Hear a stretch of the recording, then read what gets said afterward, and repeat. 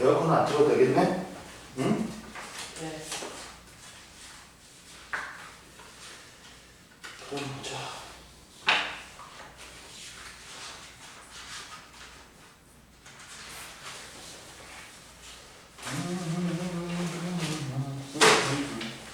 여기 CCD를 보면 CCD가 뭘 이용했냐면 광전역과를 이용했다. 응? 네. 어떻게 광전역과를 이용했냐면 CCD가 이런 거야. CCD는 이제 영상정보 장치의 영상정보 저장 장치지.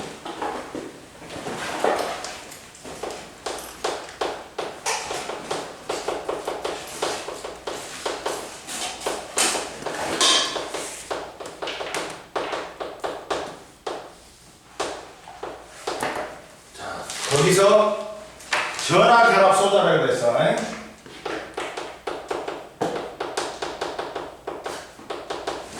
이게 뭐냐? 뭐의 약자냐면 차지 커플드 디바이스야. 전화 결합 소자라는 뜻이야. 차지가 전하고 커플드가 결합이지. 그리고 디바이스가 소자야. 전화 결합 소자야. 이게 얘가 전화 결합 소자인데 뭘 이용한 거야? CCD는 광전 효과를 이용한 거지. 광전 효과를 이용해서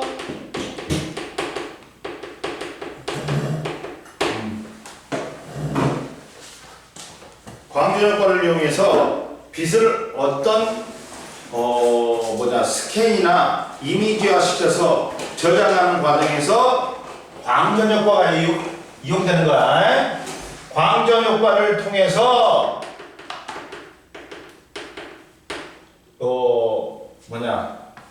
빛을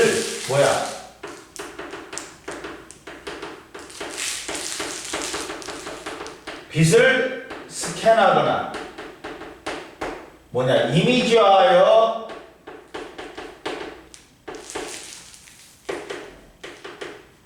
저장시키는 거예요. 이게 CCD가 사용되는 거야. 그러다 보니까 우리가 어디에 제일 많이 사용해? 디지털 카메라나 우리 핸드폰 카메라 있잖아. 그런데 이용하지. 이해됐지? 그러니까 스마트폰으로 사진 찍을 때 빛 정보가 들어오는 이것을 저장하는 과정에서 사용되는 게 뭐다?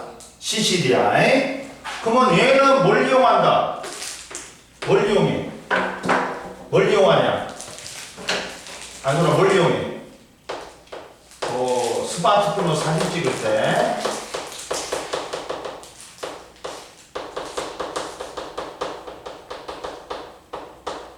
얘가 광다이오드를 이용해. 광다이오드는 뭐냐? 이거잖아. PN 적합 다이오드. 1학년 때 우리가 배웠지. 다이오드는 뭐야? P형 반도체하고 N형 반도체를 붙여놓은 거지. 이거야. 여기다가 빛을 비추게 되지. 그러면 뭐가 일어나? 여기다가 빛을 비추면, 광다이오드에 빛을 비추면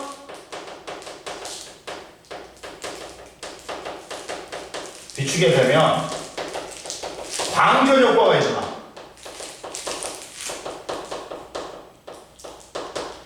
일어나서 전자가 방출돼.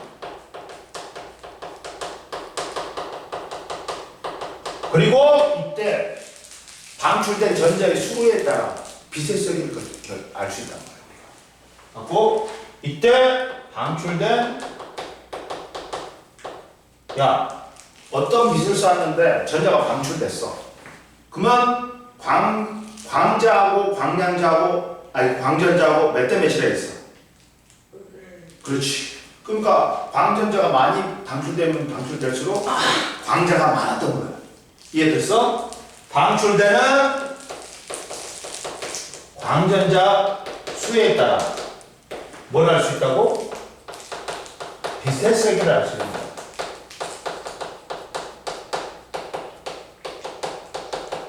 오늘 진짜 짜증난다. 두 명이 12시에 온다 했는데 그래갖고 선생님이 12시, 11시 반에 나왔단 말이야. 안 왔어. 둘 다. 그게 뭐냐, 상담원다 했는데. 아, 짜증나. 그러면 오지, 안 온다 그러던지, 짜증나지. 오늘 12시부터 있었어. 11시 반부터 와갖고 있었어. 야, 근데 공부 많이 했어. 문제 많이 풀고. 그렇게라도 해야지, 뭐. 그리고, 즉, 광센서에 빛이 들어오지. 그럼 광전효과가 일어나고, 이제, 한계 진동수보다 큰 빛이 들어오면, 광전효과가 일어나고, 이 빛의 밝기가 밝을수록 광자의 수가 많을수록 어떻게 된다? 광전자의 수가 많으면서 이 빛의 정보가 전기적 신호로 저장이 되는 거야. 이해됐어? 즉 이거지. 야, 즉 이거지. 이거는 광전자 수가 많을수록 빛의 세기가 센 거예요. 그러면서 빛의 정보가 빛 정보를 뭘로 전환한다? 저장한다? 전기적 신호로 저장한다.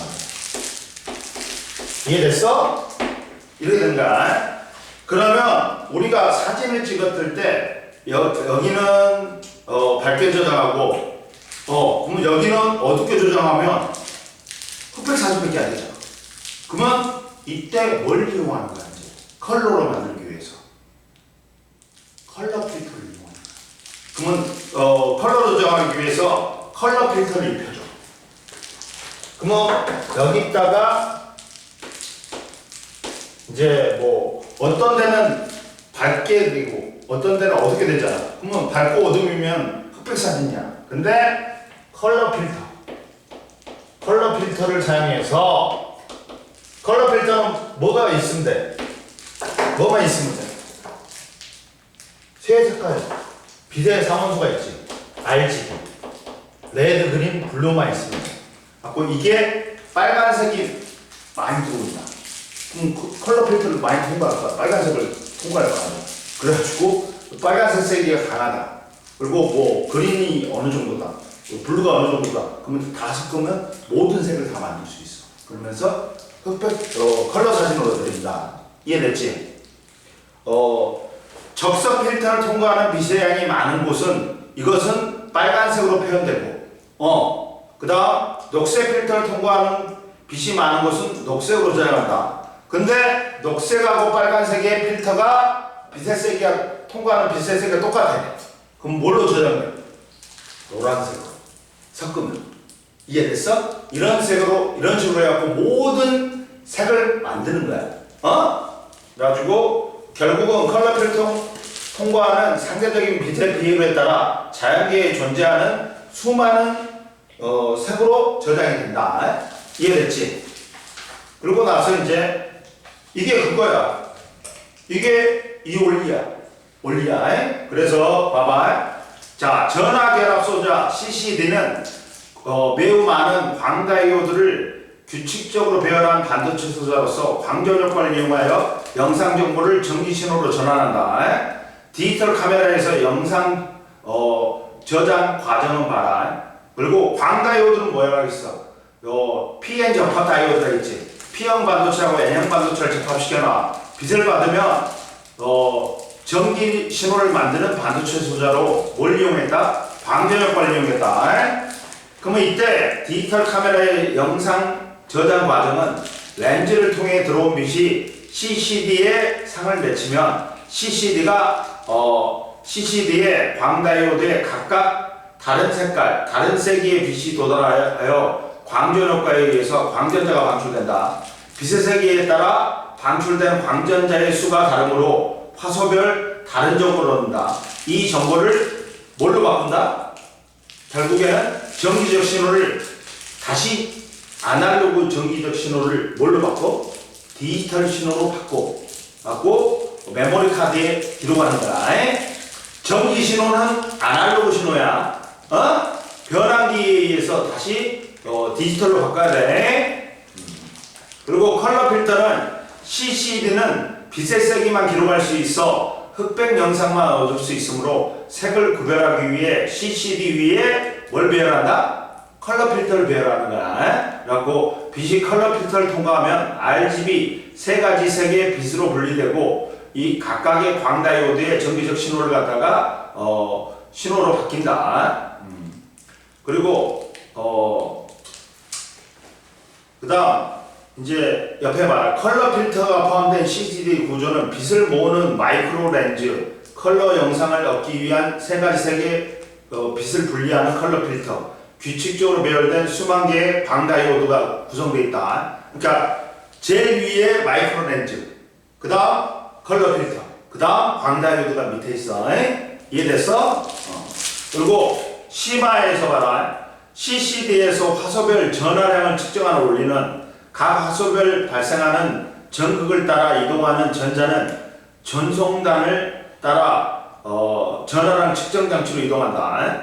그러면 CCD에서 전자 이동 방법, 전극 B에서 플러스극에 전압을 가해 전자가 B 아래에 모여 있다. 그러면 인접한 C에 플러스극에 전압을 동시에 가하면 전자는 두 전극 BC 아래에 모인다. 그 다음 B전극의 전압을 0으로 하고 그러면 전자는 전극 C 아래에 모여가지고 오른쪽으로 한 칸 이동하는 거야. 그래갖고 전하량 측정 장치까지 이동하는 거야. 이렇게 한 단계 한 단계씩.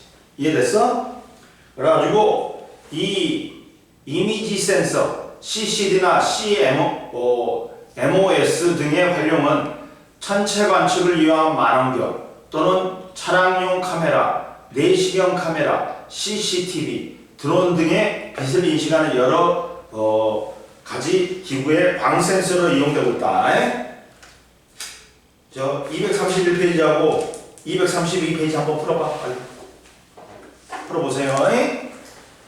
여기는 알겠지? 다 모르는 거 없지? 배고프니까 그거 갖다 줄까? 하리보? 하리보 싫어? 왜 안 땡겨? 저 원래 젤리를 별로 안 좋아해요. 그래? 마이쮸는 먹어? 마이쮸도 안 먹어? 네. 그럼 배고프면 그거 갖다 줄까? 저기 후레시베리? 후레시베리 이름 낫지? 네.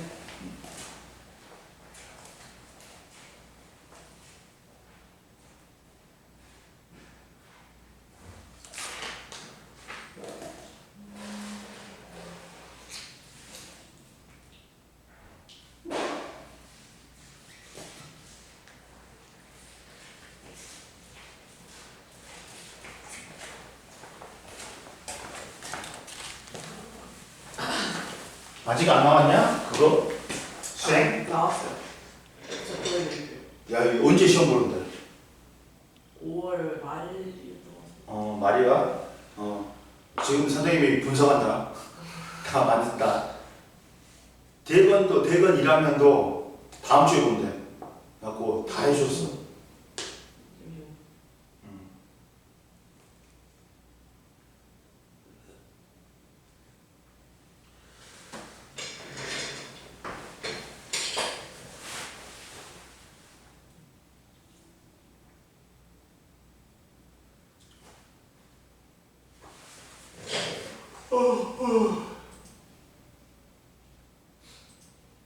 저희 6월 1일에 봐요. 6월 1일? 네. 그러면 다 다음 주네? 네. 보내줘. 그러면 선생님이 지금 돌려볼게. 그거 시험 문제 아니야? 그거 아니야? 문제 푸는 거 아니야? 오케이, 한번 볼게. 보면 알겠지.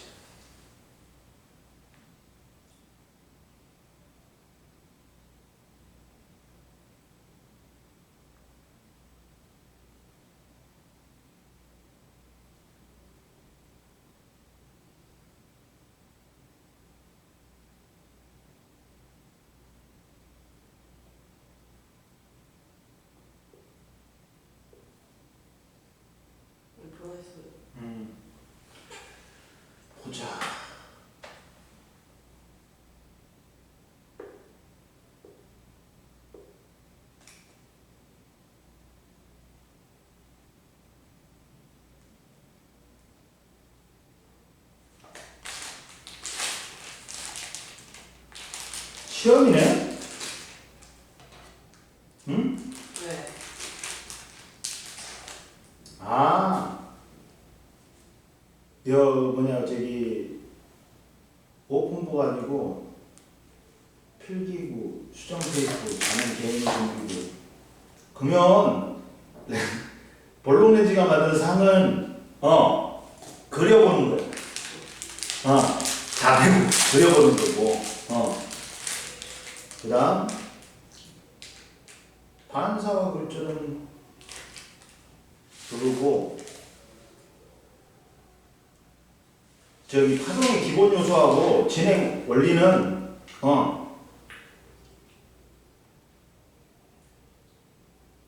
이따가 그 선생님 같이 이따가 정리를 한번 해봐. 그리고 이따 그 백지 노트에다가 한번 선생님 네가 써봐. 그러면 선생님이 표시해 줄게. 뭔 말인지 알지? 오늘 연습해 보자. 에? 뭔 말인지 알겠다. 반사와 골조를 갖다가 그려보라는 거. 그리는 거 있잖아. 같이 그리는 거. 다른 매질로 봤을 때, 소환 매질에서 미란 매질로 봤을 때 어떻게 골조하는지 그런 거 있잖아. 다 써보는 거야. 써보고 정리해 보는 거야. 그래갖고 선생님이 이따가 한번 정리하면 내가 보여줄게. 니한테 그 맞는지 안 맞는지를 해줄게. 그러면 되지. 간단하잖아. 어떻게 구분해? 볼록렌즈는 EF보다 먼 곳, EF하고 F 사이, 그 다음 F, 그 다음 F보다 안쪽에만 하면 돼. 상을 그리면. 뭔 말인지 알지? 그러면 EF보다 작은 곳은 어떻게 돼? 먼 곳은 축소된 도립실상이지. 그리고 EF면 아이씨 벌써 까먹었어. 크기가 같은 돌. 그렇지. 도립실상이고 EF하고 F 사이면 확대된 도립실상. 그리고 F면 상이 안 맺히지. 그렇지. 상이 안 맺히지. 평행하게 가버리니 만날 수가 없잖아. F 안쪽이면 그 허상. 확대된 정립허상. 이해됐지? 그걸 그려보면 되니까 머릿속에 있고. 야 이거는 100점 못 맞으면 바보야. 준비하면 다 맞을 수 있어 이거. 알았지? 빨리 풀어봐. 쉽네.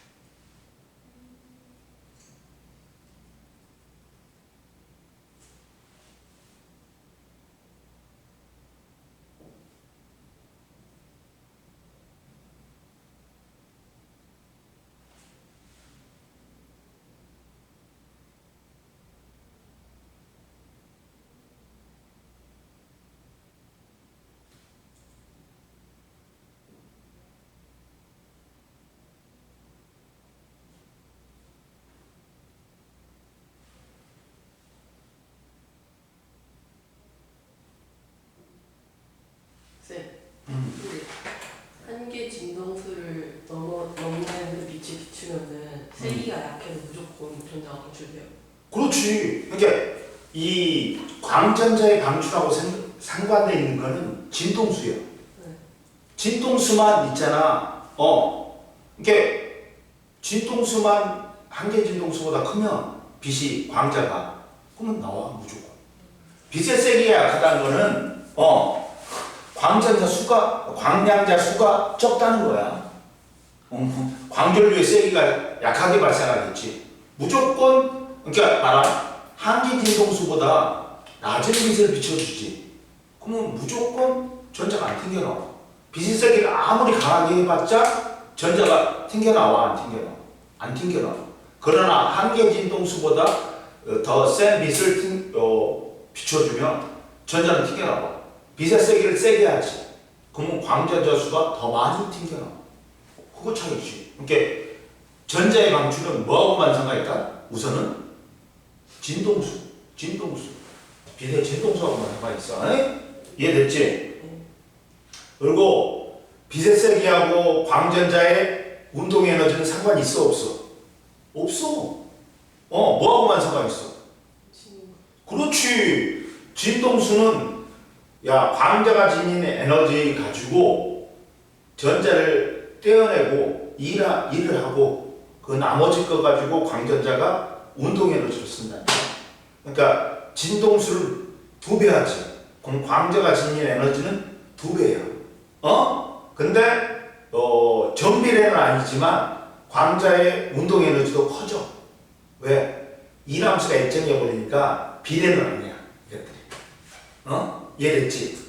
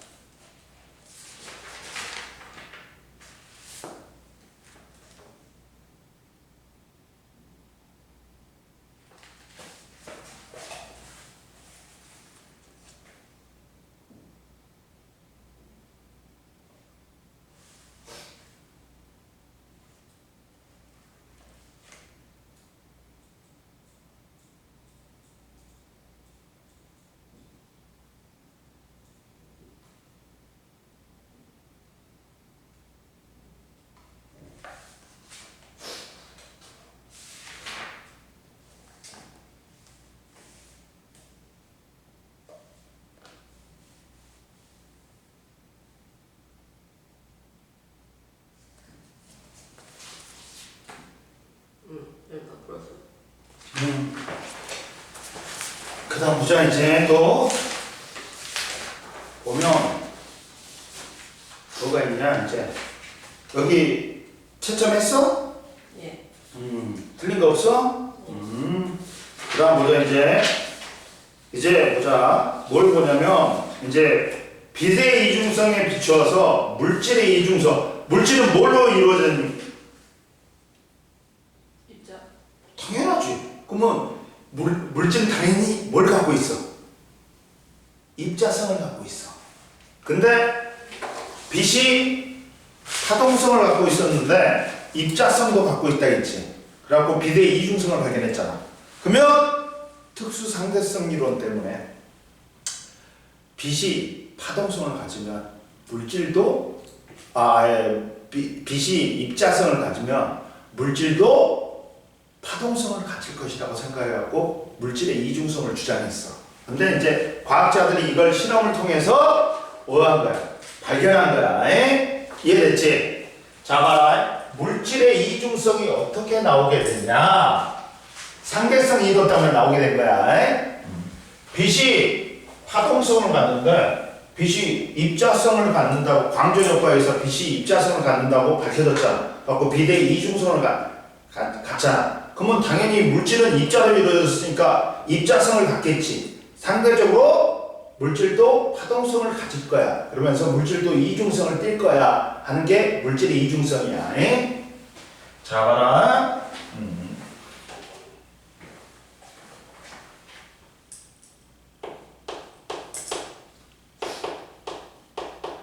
물질의 이중성이 있어. 물질의 이중성은 자, 과학 현상이라는 거는 항상 뭘 갖고 있다? 대칭성, 상대적인 성질을 갖고 있어. 그러다 보니까 대칭성을 생각하면서 과학이 발전한 거야. 봐, 전류가 흐르면, 예를 들면 전류가 흐르면 뭐가 있어? 전기장이 생겨. 전기장이 변하니까 뭐가 유도돼? 자기장이 유도돼. 근데 자기장이 생겨. 그러면 또 자기장이 변하면 뭐가 유도돼? 또 전기장이 변하면서 전류가 유도돼. 이런 식으로. 뭐야? 과학이라는 건 항상 대칭성을 생각해야 돼. 자, 그러다 보니까 파동이라고 생각했던 빛이 뭘 갖고 있어? 광전 효과에 의해서 광량결설로 입자성을 가지고 있지. 있다는 게 밝혀졌어. 응? 뭔 말인지 알지? 그러면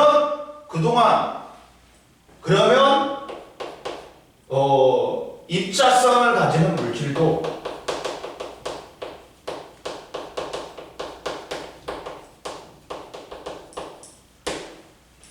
대칭적으로 파동적 성질을 가지고 있을까 하는 생각을 가질 수 있었어.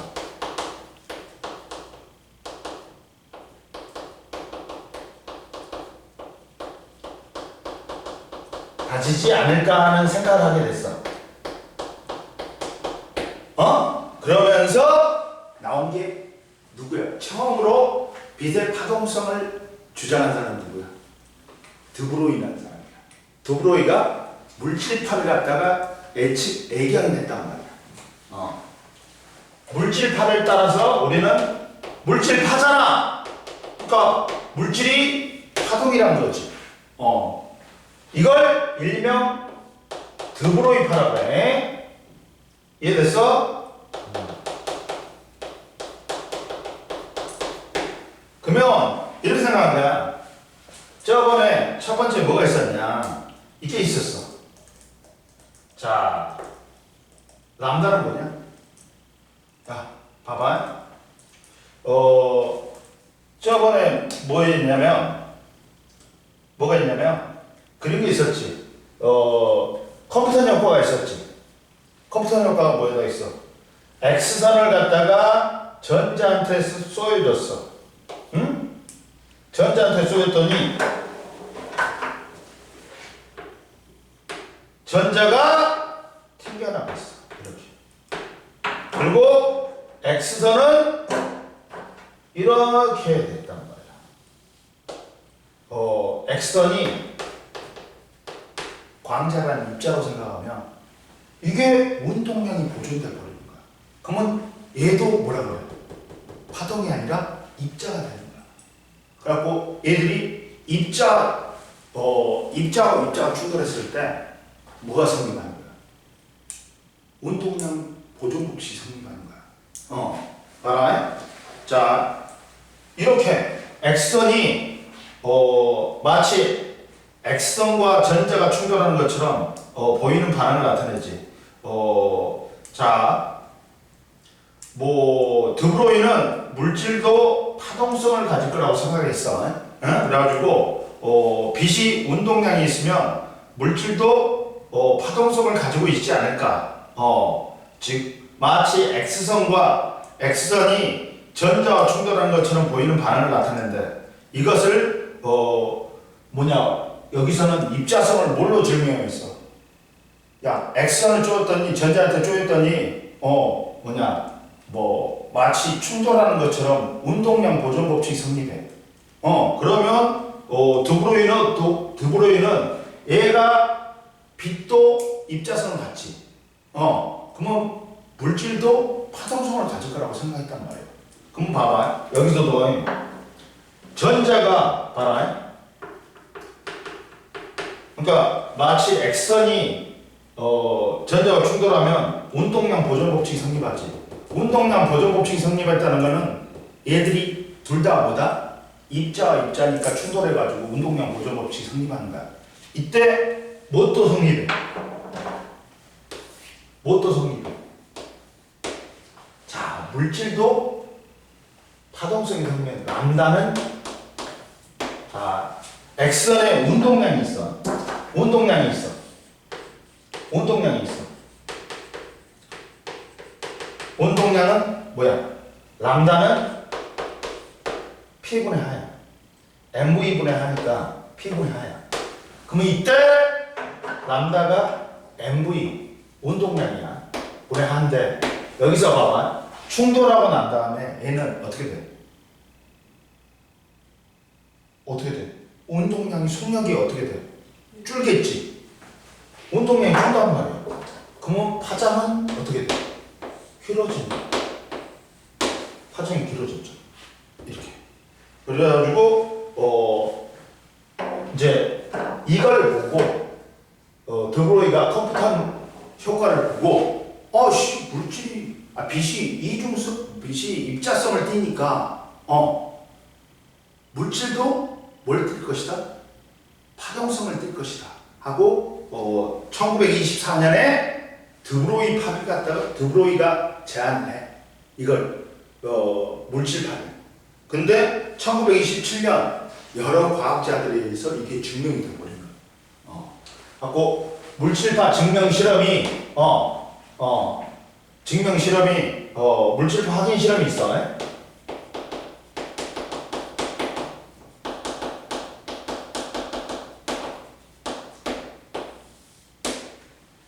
자, 봐봐.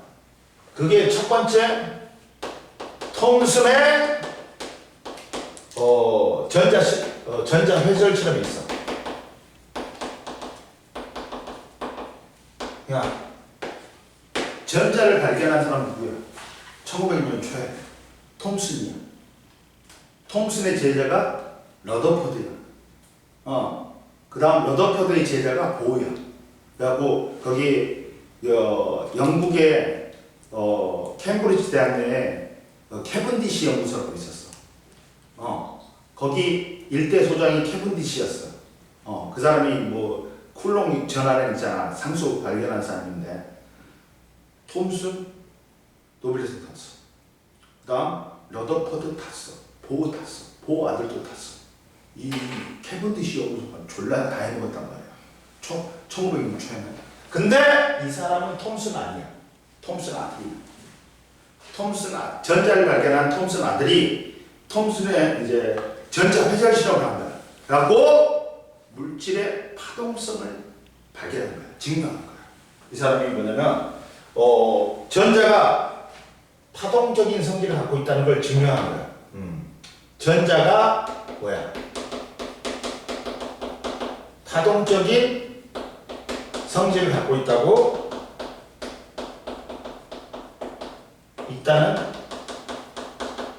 증명하는 거야. 자, X선이 파동이잖아. X선이 전자기파잖아. 전자기파를 갖다가 통과시켰어. 설계했다가. 그럼 여기서 회절이 일어나고, 회절이 일어나. 회절이 일어나. 근데, 자, 회절이 일어나. 갖고, 뭐가 생기냐? 봐봐. 뒤에, 간섭 무늬가, 회절 무늬가 생겨. 회절 무늬가 생겨. 근데, 봐봐. 좁은 틈을 통과하면서, 퍼져나가야 된다. 그래갖고, 회절이 잘 일어나려면, 어떻게 될까? 여기가 회절이라는 건 뭐야? 이 틈에서, 끝에 부분에서 꺾이는 현상이야. 그래갖고, 퍼져나가는 거야. 근데, 회절이 잘 일어나려면, 어떻게 돼야 될까? 조건이 뭐 해야 된다? 파장이 길어야 돼. 이 간격이 좁아야지 잘 일어나. 넓으면 끝에만 하고 좁으면 이렇게 봐봐. 이게 좁아. 이렇게 넓어.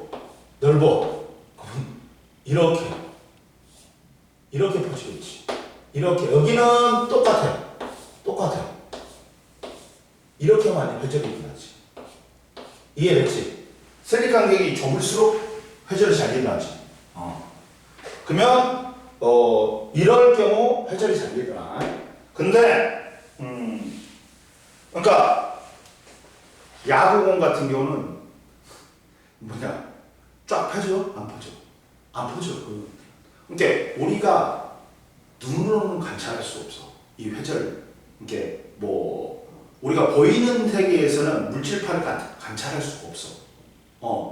안 보이는 작은 부분에서는 물질파를 관찰할 수가 있어. 왜 그러냐? 잘 봐봐. X선은 회절이 잘 안 되나?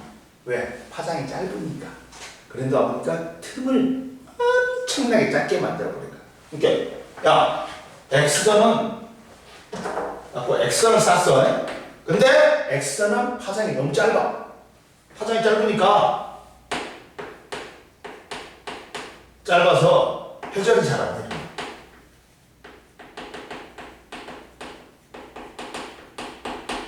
그래서 틈을 작게 해가지고 회절을 만든 거야. 만들었어. 그래가지고 이 틈으로 이렇게 어떻게 했냐? 틈을 어떻게 만들었을까? 작게 만들려면 원자단까지 통과. 금속에 있잖아. 금박 있지. 금속을 갖다 얇게 펴버리는 거야. 그럼 거의 원자 두께는 못 되지만 굉장히 작게 만들어 버렸단 말이야. 금박을. 그래가지고 X선이 이렇게 된 거지. X선이 그러다 보니까 X선이 이렇게 거의 원자에 근접한 틈을 통과해. 여기를 통과한단 말이야. 통과하니까 여기서 뭐가 있죠? 이 틈이 얇으니까 회절이 잘 일어나는 거야. 갖고 회절 무늬가 생기는 거야. 여기는 원자와 거의 원자 사이의 틈이야.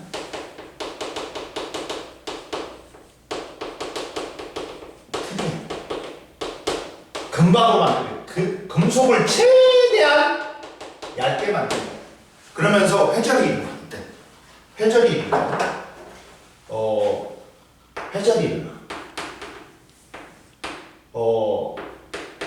그러면서 그래갖고 X선이다 이렇게. 빛은 당연히 회절이 일어나겠지. 파동성을 갖고 있으니까.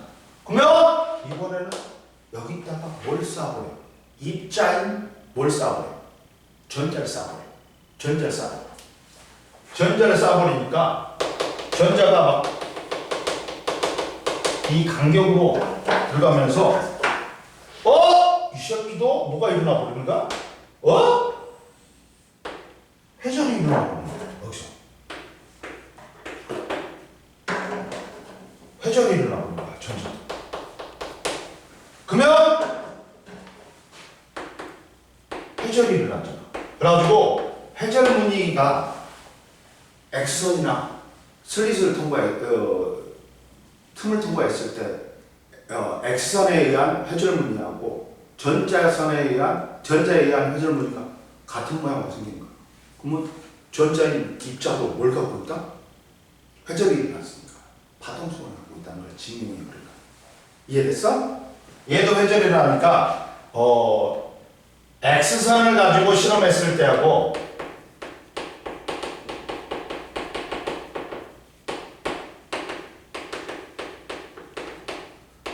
전자를 가지고 실험했을 때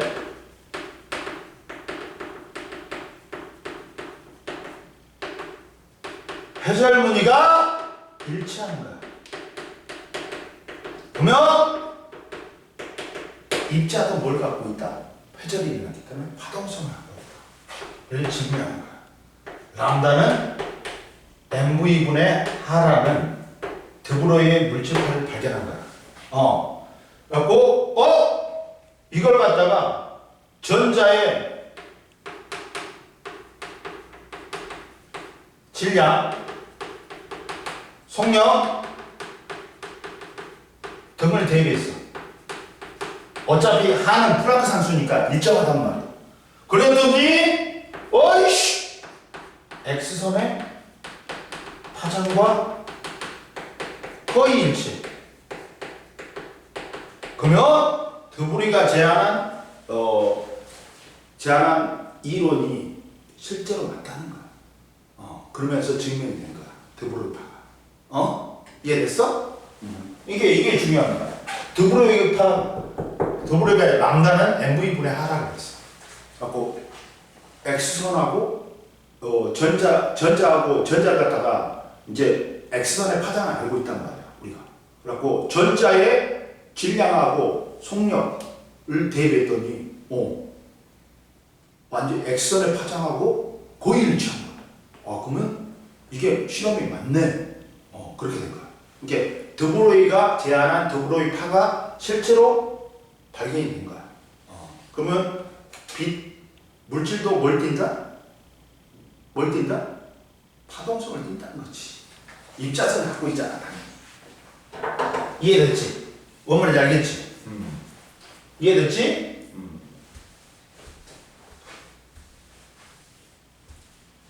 그럼 봐. 또 누구 실험이 또 뒷받침됐어? 데이비슨하고 거머야. 왜 데이비슨이 먼저 나온가? 거머의 스승이 데이비스니까 스승의 이름이 먼저 나오는 거야. 스승과 제자 사이야. 그래가지고 거머의 실험이 있어. 데이비슨하고 거머의 실험인데 이 사람들은 뭐였냐면 결국에 이 사람도 뭘 써냐면 니켈 표면에다가 니켈 금속 표면에다가 뭘 써냐면 전자선을 쓴 거예요. 그러면 얘도 원자하고 원자 사이에 틈이 있겠지. 틈이 있으니까 여기서 뭐 원자와 원자 사이에 틈이 있어.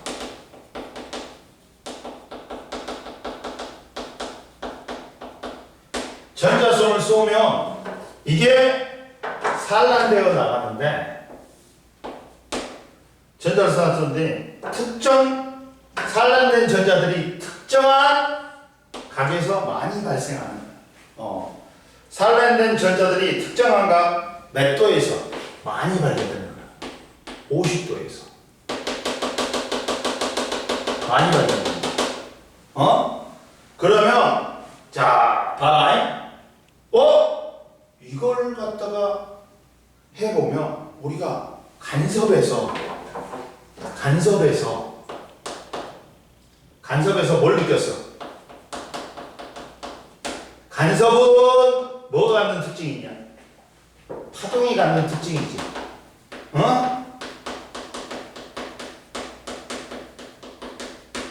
파동이 갖는 특징이야.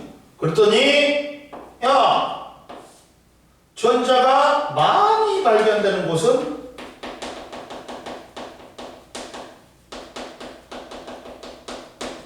보호가 쓰는 거야. 적게 발견되는 곳은 뭐야? 상쇄가 쓰는 거야. 자, 만약에 실험적인 예측은 봐라.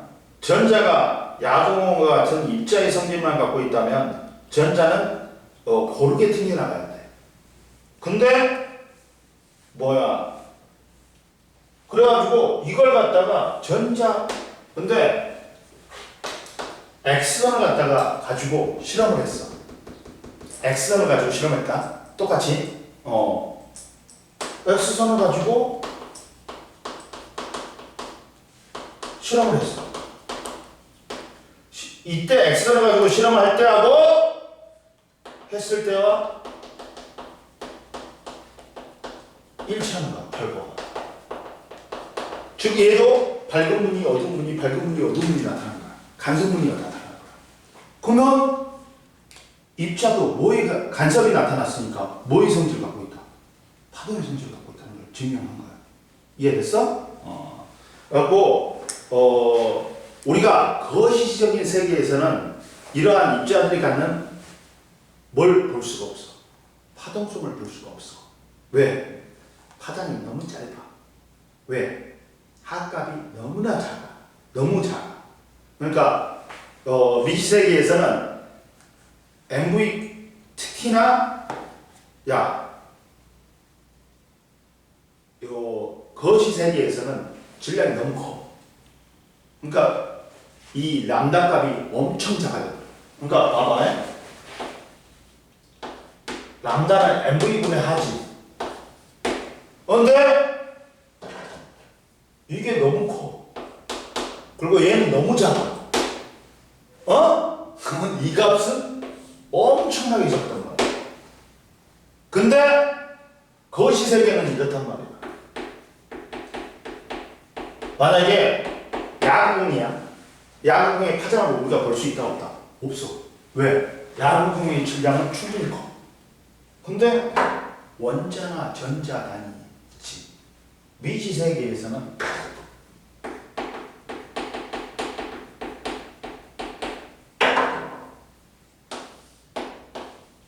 MV분의 하지.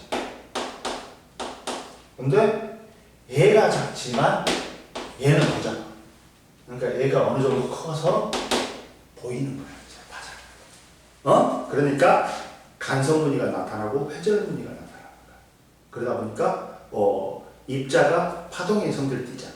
꼭 이 물질의 이중성을 발견한 거야. 미지세계에서. 이해됐어? 이해됐지?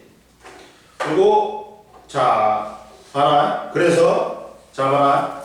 자 과학자들이 대체 항상 뭘 생각한다고 과학자들은? 과학현상이라는 것은 항상 대칭성을 가져. 대칭성을 갖다 생각하면서 과학이 발전했다. 그러면서 파당이라고 생각했던 빛이 입자성을 가지고 있지. 그동안 입자성을 가지는 물질도 파동의 성질을 가지지 않을까 하는 생각을 갖게 된 거야. 그 생각을 처음으로 가진 사람이 누구라고? 드브로이라고. 그래갖고 드브로이의 물질파를 다른 말로는 드브로이파라고 해. 1924년 드브로이는 빛이 파동과 입자의 성질을 모두 갖고 있다면 전자와 같은 입자도 파동의 성질을 가질 거라고 주장했어. 이와 같은 물질의 입자가 나타나는 파동을 물질파 또는 드브로이파라고 했어. 그래갖고 물질파의 파장은 물질의 질량이 M인 입자가 속력 V로 운동할 때 입자의 물질파의 파장은 다음과 같다고 예측을 했다. 람다는 얼마분의 얼마? MV분의 하야. 이걸 바꿔 쓰면 봐라. 혹시나 모르니까 선생님이 자세히 해줄게. 좀 여기는 람다는 물질파의 파장은 람다는 MV분의 하야. 이거는 MV는 뭐야? 질량 곱하기 속력이지. 운동량이야. 운동량 P야. P분의 하야. 근데 봐라. 운동 에너지는 봐봐.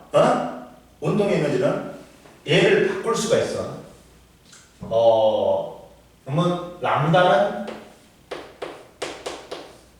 그러니까 뭐가 있냐면 그렇게 하자.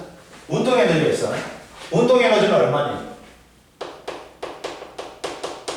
2분의 1 MV 제곱이지. 그러면 여기다가 얘를 갖다가 M으로 나누고 어떻게 하면 돼? 이렇게 하면 되지. 2M분의 그러면 얘는 이게 됐잖아. 그러면 얘는 2M분의 P의 제곱이에요. 따라서 P는 뭐가 돼? P는 P의 제곱은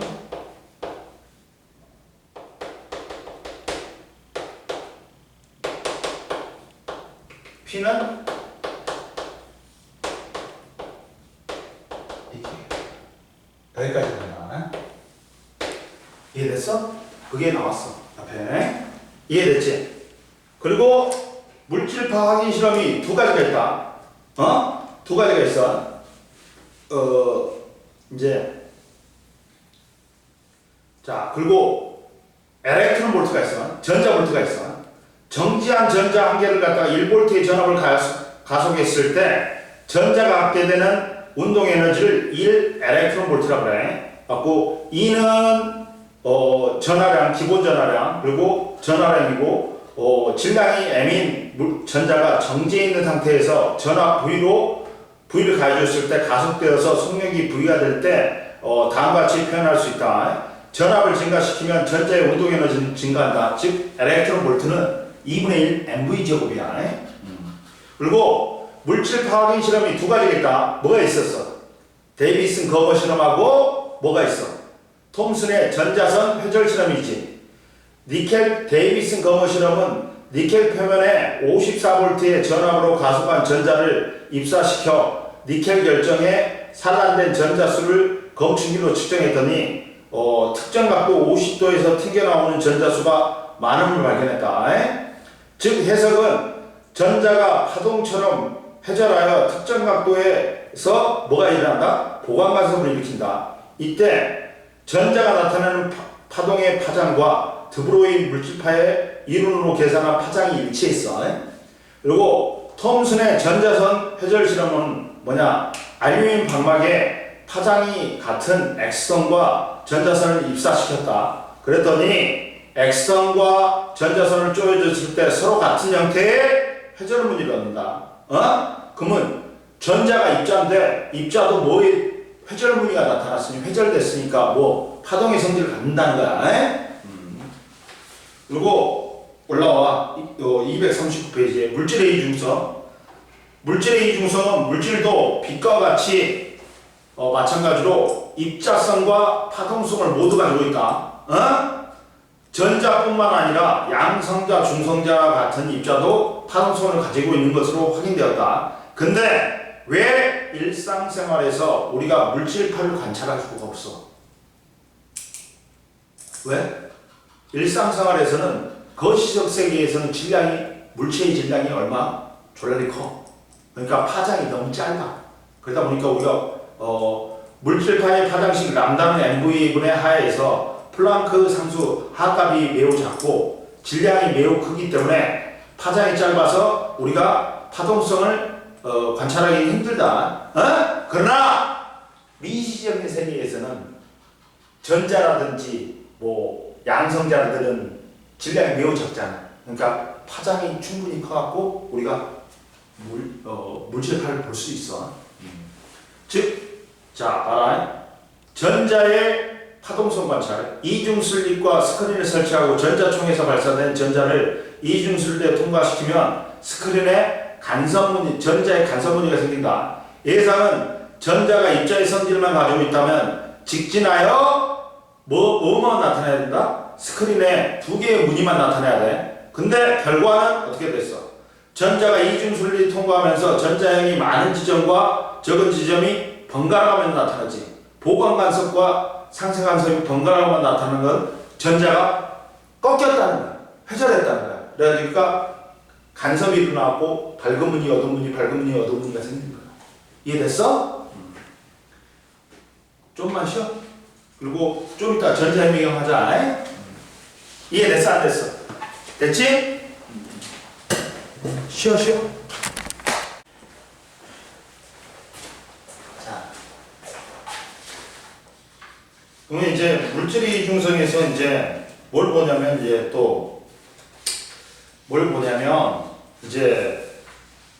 전자현미경이 나와 있지. 전자현미경은 과학현미경하고 틀리게 소스를 빛 대신에 빛을 쓰면 광학현미경이고 전자를 쓰면 무슨 현미경? 전자현미경인 거야. 소스를 빛 대신에 뭘 사용하는 거야? 전자현미경은 전자를 사용하는 거야. 그럼 보자.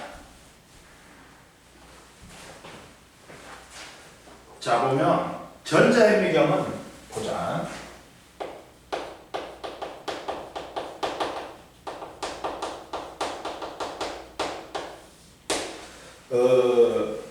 빛 대신에 전자의 물질파를 이용하는 현미경으로서 우리가 학교에서 보는 현미경은 광학현미경이지. 그래갖고 가시광선을 통해서 작은 세상을 좀 더 뚜렷하게 확대해서 보는 거야. 근데 이제 그런데 이 광학현미경은 분해능의 한계가 있어.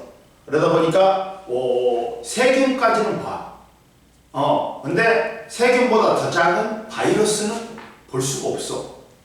근데 이렇게 세균이라든지, 바이러스라든지, 원자 단위의, 굉장히 작은 현미경은, 보는 현미경은 전자현미경이야. 근데 분해능이 있다, 분해능. 분해능이 중요한 거야. 분해능은 뭐야? 두 개로 구분하는 게 분해능이야. 이게 두 개로 구분되어 보이는 능력이야. 자, 만약에 저 멀리서 누군가 가까이서 보면 야 이렇게 하면 이게 두 개로 보이지. 근데 내가 엄청 1km 밖에서 이직거리를 해. 그럼 네가 손가락이 두 개인지 몇 개인지 보여 안 보여? 안 보여. 그거는 분해능이 안 좋다는 거야. 현미경으로 따지면 좋은 현미경은 작은 세상을 볼 때 구별되어 가지고 선명하게 보이는 게 볼 수 있어야 돼. 근데 분해능이라는 빛이든 전자든 회절되면 또렷하게 안 보이는 거야. 그러다 보니까 회절이 잘 안 돼야 돼. 그러다 보니까 직진성이 있어야지만이 두 개로 볼 수 있어. 그러면 회절이 그러면 두 개로 구분하는 능력이야.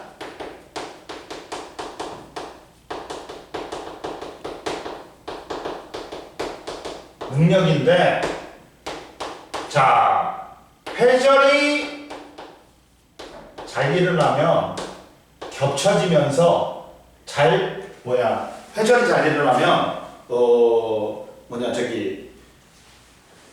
회절이 잘 일어나면 또렷하게 안 보인다. 보이지가 않아. 그러면 회절이 잘 일어난다는 거는 회절이 잘 안 일어나야지 잘 보이는 거야. 그러면 회절이 잘 안 일어나려면 파장이 짧으면 회절이 적게 일어나. 그러다 보니까 선명한 상을 볼 수 있어. 그러면 파장이 짧아야 돼. 파장이 짧아야 돼. 분해능이 좋으려면. 즉 가시광선을 가지고 보는 광학현미경보다 조금 더 작은 세상을 보기 위해서는 가시광선보다 파장이 더 짧은 빛을 이용해야 돼. 그게 X선이나 감마선인데 이걸로 X선이나 감마선은 보여 안 보여? 안 보여. 눈에. 안 보여. 그러다 보니까 현미경을 만들 수가 없어. 그러다 보니까 놀랍게도 더 파장을 더 짧게 할 수 있는 게 있어. 전자의 파동성을 가지고 파장을 더 짧게 할 수 있어. 그러면 회절이 안 되니까 분해능이 우수한 매우 좋은 현미경을 만들 수 있어가지고 바이러스까지 볼 수 있다. 그러다 보니까 전자의 파장은 어떻게 돼? 전자는 질량이 작고 봐봐. 그러면 이렇게 되는 거지. 만약에 전자의 파장이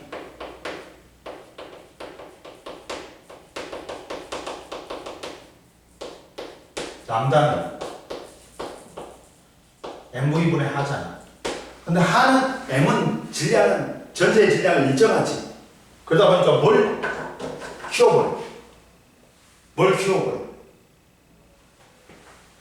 속력을 키워. 파장이 짧아지지. 그러다 보니까 파장이 짧아지니까 분해능이 좋아진다. 이렇게 해가지고 더 선명한 상을 얻는 거야. 작게 보는 거야. 에? 그러면 이 현미경에는 봐라. 자, 239페이지에 나와 있어. 전자현미경은 분해능이 있는데, 분해능이란 건 뭐야? 과학기기에서 가까이 있는 두 점을 구분해서 볼 수 있는 능력으로서 렌즈의 크기가 같을 때 비대 파장이 짧을수록 뭐가 좋다? 분해능은 좋다. 왜? 파장이 짧을수록 뭐가 안 일어나? 회절이 안 일어나. 그러니까 겹쳐지지가 않으니까 선명한 상을 볼 수 있단 말이야. 이해됐어? 따라서 광현미경 분해능은 빛 가시광선의 회절 현상 때문에 0.2 마이크로미터 정도의 정도가 분해능의 한계이므로 이보다 더 작은 크기의 바이러스 같은 미생물을 관찰할 수가 있어 없어? 없어. 세균까지는 볼 수 있는데 바이러스는 더 작은 바이러스는 못 본다. 자, 봐라. 자, 강원에서 나온 파장이 길지. 기니까 이게 회절이 일어나면서 겹쳐지면서 두 점의 상은 구별이 불가능하지. 나는 두 점의 상이 구별될 수 있는 최소한의 조건이고, 다는 두 점의 상이 구별 가능하지. 이게 파장이 누가 제일 짧아? 가나다 중에서. 그렇지. 분해능은 누가 제일 좋다? 다. 이해됐지? 그러면 넘겨봐. 240페이지. 전자현미경은 빛 대신에 전자의 물질파를 이용하는 현미경으로서 분해능과 배율은 전자의 물질파의 파장이 가시광선보다 수천분의 1 정도로 작기 때문에 분해능이 좋고, 배율은 최대 수백만 배 정도로 과학현미경의 최대 비율보다 크다. 선생님의 연구실에는 이 전자현미경이 다 있었어.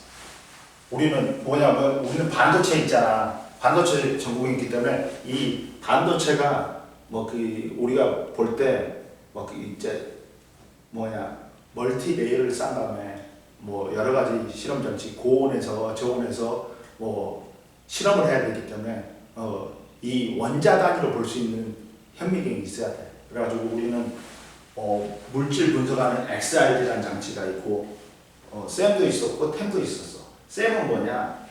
스캐닝 일렉트로 마이크로스코피야. 전자를 갖다가 빛과 같이 스캐너와 같이 쌓으면 이게 이제 시료를 갖다가 얇게 금속으로 코팅을 해요. 그러면 전자가 반사된단 말이야.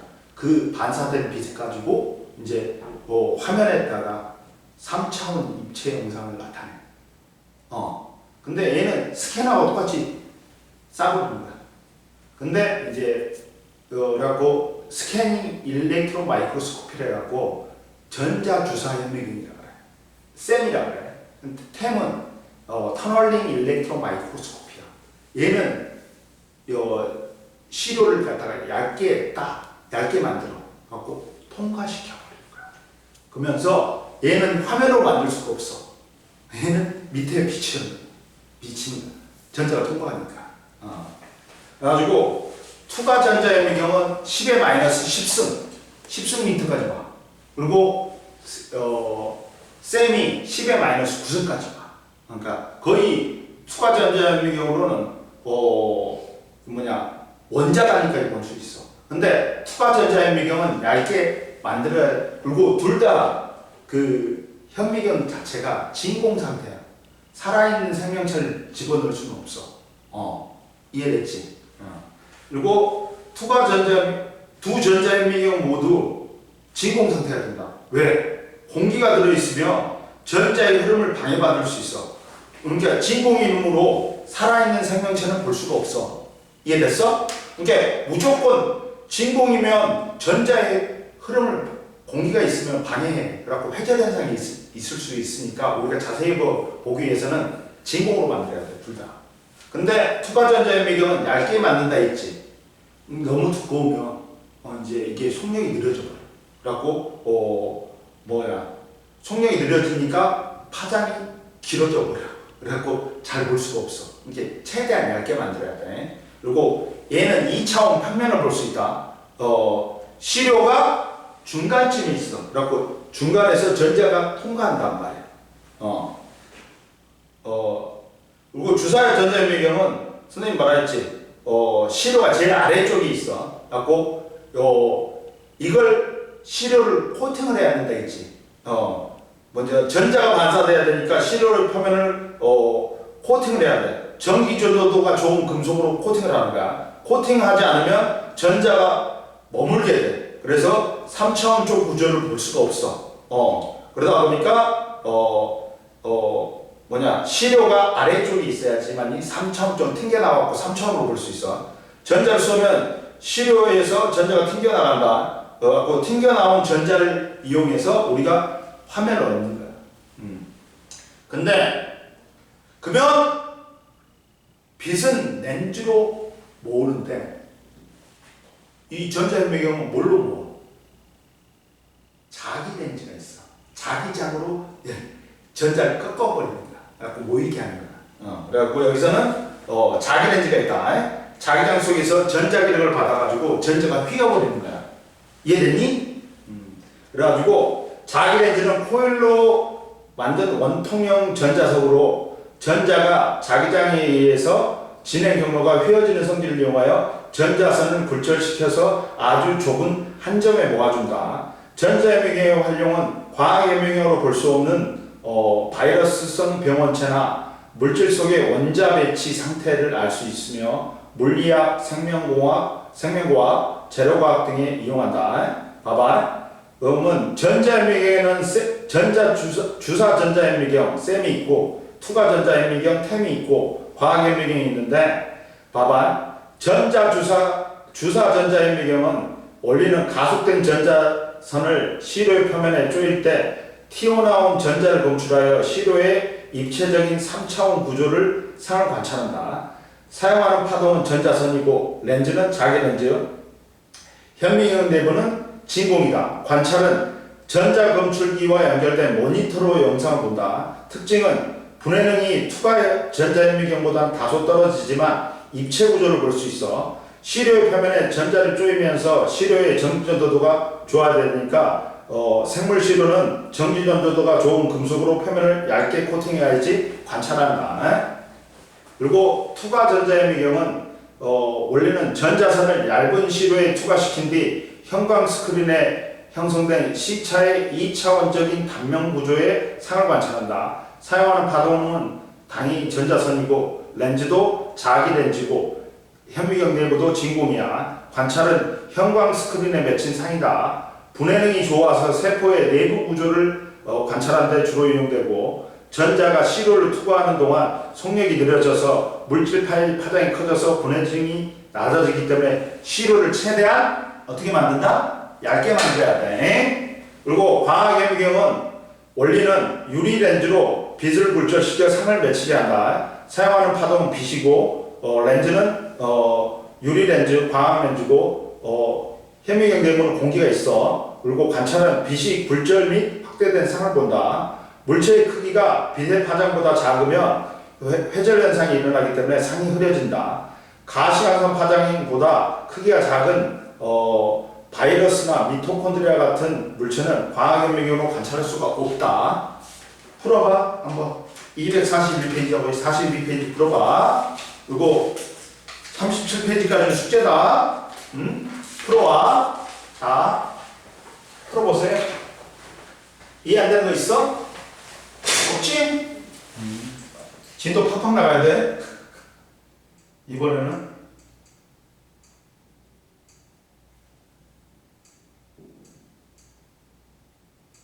다음 시간이면 이제 파동은 끝나겠다.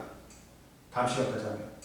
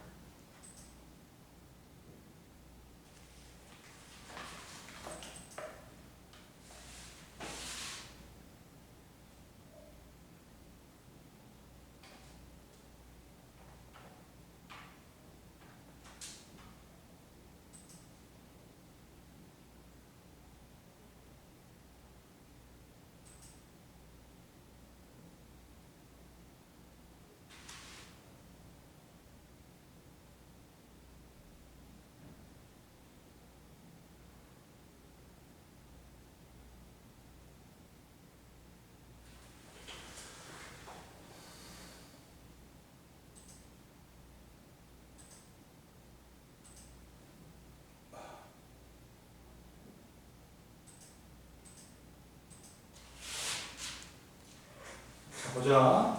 어려운 거 있었어? 없지? 자, 어디를 펴냐? 이제 에너지 준위 보자. 이제 전자가 우리가 이제 그 아무렇게나 도는 게 아니야. 번제의 주위를 일정한 궤도로 갖고 돈단 말이야. 이랬을 때, 자 보자 이제. 우리가 이제 스펙트럼이 있어. 스펙트럼 뭐야?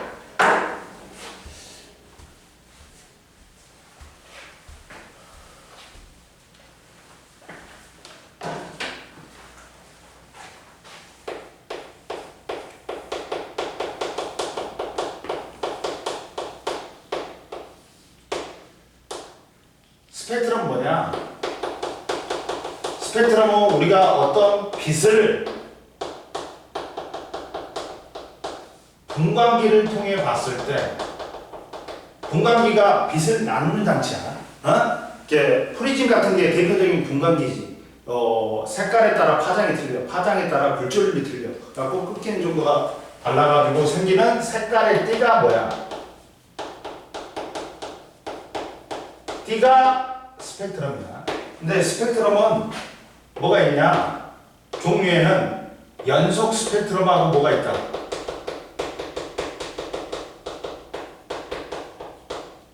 선 스펙트럼이 있어.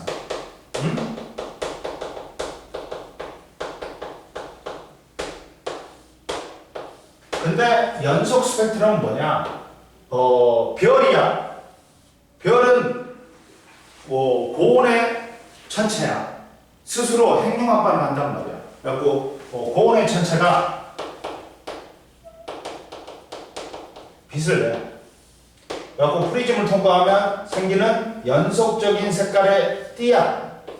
이게 연속 스펙트럼이야. 근데 태양도 별이잖아.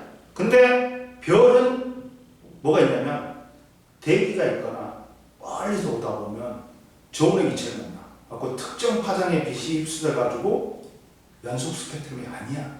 이런 게 대표적인 게 백열등이야, 백열등.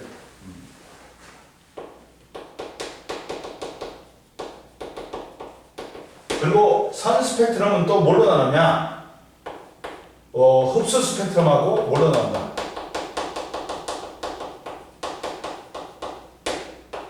방출 스펙트럼. 흡수 스펙트럼은 뭐냐?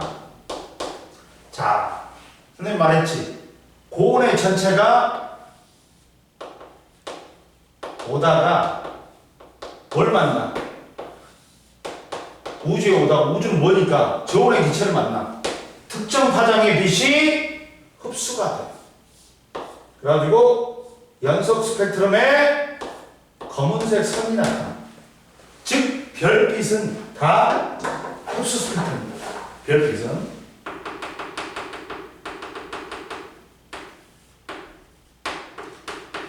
근데 방출 스펙트럼은 뭐냐? 핵융합반은 고온의 천체가 아니야. 그냥 고온의 기체야. 근데 즉 성은 성간 물질이 마치 구름처럼 모여있는 성운이 있어. 성운이 주위에 밝은 별빛을 흡수해요. 갖고 들뜬 상태가 돼버려. 에너지가 큰 상태가 돼버려. 그러니까 불안하니까 빨리 에너지를 방출하고 바닥 상태로 내려간단 말이야. 그때 비대 형태로 방출해 에너지를. 그때 그걸 보면 검은색 바탕에 뭐가 생긴다? 색깔의 선이 생겨. 이게 방출 스펙트럼이야. 방출 스펙트럼 다른 거는 뭐냐? 고온의 기체를 갖다가 여기다 넣은 방정관에다가 높은 전압을 걸어줘. 그러면 이 기체가 들뜬 상태가 돼갖고 바닥 상태로 내려오면서 비대 형태로 에너지를 방출해. 이 빛을 프리즘으로 통해 보면 검은색 바탕에 밝은색 선이 나타나. 그러면 이때 이 스펙트럼에 분석하면 우주가 어떤 원소로 구성되는지 알 수 있어. 별빛을 보면 별빛의 이 선 스펙트럼의 선의 위치가 원소의 종류를 나타내. 그리고 이 선폭이 질량비, 밀도비를 나타내. 그리고 우주에 수소하고 헬륨이 3대 1로 존재하는 걸 알아냈단 말이야. 이해됐어? 그리고 봐라. 자, 그리고 설명이 다 됐어. 그리고 스펙트럼에서 비대 파장과 에너지 봐봐. 자, 봐라. 우리가 빛을 보면 크게 세 부분으로 되어 있다. 가시광선형해 갖고 뭐로 되어 있어? 가시광선만 눈에 보이지? 야, 적외선 자외선 눈에 보인다. 미친놈이 누가 뽑아야 돼. 빨주노초 파는 거야. 빨간색 위에서 적외선, 보라색 위에서 자외선이라고. 이 가시광선만 눈에 보여. 얘가 40% 이상이고 이것만 눈에 보인단 말이야. 그리고 자, 가시광선은 무슨 색으로 보여? 공기 중에서 흰색, 무색으로 보이지. 왜? V는 F란다. 전파 속력은 진동수 곱하기 파장이야. 근데 같은 메틀레이니까 공기 중이니까 속력이 일정해. 그러면 진동수하고 파장은 무슨 관계야? 반비례 관계야. 이해됐어? 근데 빨간색은 파장이 길어. 진동수 작아. 보라색 계열은 빨간색이라고 생각하면 돼. 파장이 짧고 진동수가 커. 근데 에너지하고 관계되는 거면 당연히 파동 에너지는 진폭의 제곱과 진동수의 제곱에 비례하지. 그러니까 즉 에너지는 뭐에 비례한다? 진동수에 비례한다. 그리고 파장하고는 무슨 관계? 반비례 관계. 정확히 쓰면 E는 배웠잖아. 우리가 하이프 람다분의 하시. 근데 이때 즉 적외선 계열은 파장은 길어. 진동수는 커. 진동수는 작아. 에너지 작아. 에너지 작으면 문제가 안 돼. 야, 우리 이비인후과 갖고 적외선 치료받을 때 아무리 적외선 쏴봤자 우리 뭐 해 없어. 그러나 파장이 짧아. 진동수 커. 에너지 커. 그러면 문제야. 자외선은 살태워. 피부 한번 와요. 눈으로 들어가면 백내장 생겨. 그리고 이것보다 더 짧은 자외선 저기 선이 있어. X선, 감마선 있잖아. 이해됐어? X선, 감마선은 파장이 짧기 때문에 X선은 투과력이 좋아. 그러다 보니까 잘 투과해. 그래갖고 우리가 갈라보지 않아도 속을 알 수 있지. 그리고 여기 적외선보다 파장이 긴 놈들 있어. 마이크로파, 라디오파, 전파 있어. 이해됐어? 그리고 봐라 밑에 여러 가지 스펙트럼 관찰하기. 간이 분광기로 햇빛과 백열전 등을 각각 관찰했다. 그랬더니 나는 수소 기체 방정관에서 나오는 빛을 간이 분광기로 관찰하고 다른 기체 광경관의 종류를 바꿔가면서 과정 날을 반복했다. 그래갖고 관찰한 스펙트럼을 그리고 스펙트럼의 특징을 정리한다. 햇빛이나 백열 등은 연속 스펙트럼으로 나타나는데 햇빛은 미세하게 선이 있어. 왜? 대기가 표면보다 온도가 낮아. 그래갖고 대기에 흡수되는 빛들이 있단 말이야. 정확히 말하면 햇빛은 연소 스펙트럼 아니고 흡수 스펙트럼으로 나와야 돼. 그리고 수소, 헬륨, 네온은 뭐야? 이제 방출 스펙트럼인 거야. 얘를 갖다가 기체 반경관에 넣고 높은 전압을 걸어주면 들뜬 상태가 돼가지고 바닥 상태로 내려오면서 비대 형태로 방출해. 그러면 그걸 간이 분광기로 보면 검은색 바탕에 색깔의 선이 나타나. 그래가지고 연속 스펙트럼에서 관찰되는 햇빛과 백열 등은 백색광이 나오고 방경관의 기체의 종류에 따라 선 스펙트럼이 다르게 나타나므로 스펙트럼을 분석하여 원소의 선의 위치가 뭘 나타낸다고? 원소의 종류. 선의 위치가 흡수 스펙트럼과 방출 스펙트럼이 같지. 그러면 같은 원소야. 그리고 선 스펙트럼에 그 위치가 포함되어 있어. 그러면 그 원소를 포함하고 있다는 거야. 그대로. 이해됐어? 오늘 여기까지 하면 됐지? 그리고 다음 시간에 보호 원자 모형이라든지 이거 나가고 저기 에너지티 반도체까지 하고 더 나갈 수 있으면 상대성 이론을 나갈 거야. 그리고 이제 2시간이면 그로부터 한 3시간 정도면 거의 끝나. 이 전체 진도가. 이번엔 진도를 빡빡 뜰 거야. 저번같이 문제 풀어볼 시간이 많이 있어. 그렇지? 문제 이번에는 개념 확실히 하고 문제를 풀어봐야 돼. 응? 개념을 정리하고.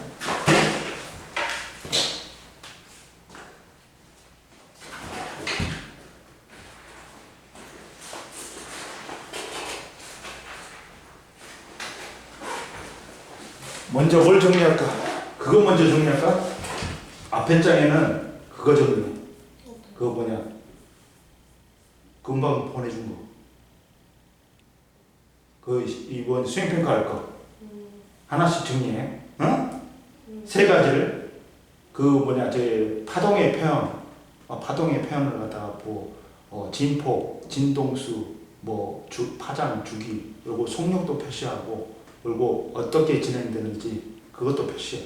그리고 빛의 반사와 굴절을 그리고, 그래갖고 정리를 하고 내용을. 그 다음에 광선 추적법. 그거 갖고 볼록 렌즈 한번 그려봐. 다. 저번에 다 했었는데. 응? 저번에 다 했었는데. 한 번 더 해봐. 아니면 해볼래? 아니면 다음 주에 할래? 다음 주에 할래. 알았어. 그럼 오늘 배운 거 정리해. 정리합시다. 모르는 거 없지? 네. 오늘 배운 거. 야, 이번엔 좀 틀리지? 개념이 이제 쑥쑥 되지? 이번에는. 그러니까 문제만 이제 제대로 풀면 이번에 야, 한솔아, 무조건 100점이다. 100점 맞을 수 있게 선생님하고 문제 다양하게 풀어볼 거야. 그리고 모르는 부분 있잖아. 무조건 질문해갖고 알아야 된다. 응? 그리고 모르는 부분이 있으면 답지 보지 말고 그냥 선생님한테 개념을 물어봐. 응? 오히려.